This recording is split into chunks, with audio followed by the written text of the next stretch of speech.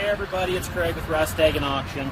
So we're just going to do a quick walk around of the 1768 row John Deere planter.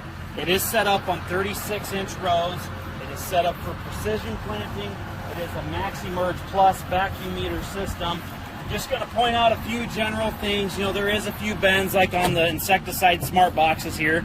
So that's what these are, is the smart boxes for insecticide. Again, we put a new hydraulic control block up there. Markers work good.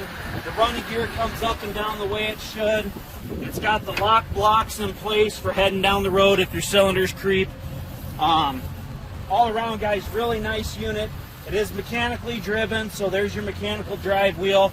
We took pictures up front where there was a couple spots where over the years he had to fix a crack in a weld, but they do take a lot of abuse going down when you're planting that drive unit resting on that tire. Now, we do have the one cylinder that we know does leak. We make sure we took pictures of that. So we do have the one cylinder that has a little bit of a leak, so it will creep as we sit. Again, it's got the Yetter row cleaners. It's got the knives, chops up everything really nice as it's coming through. If you're looking for an 8-row planter, this would be a good one to have. Everything works the way it should. It's been well taken care of, always kept in the shed. And trust me, if John owned it, he took care of it. I can just guarantee you that.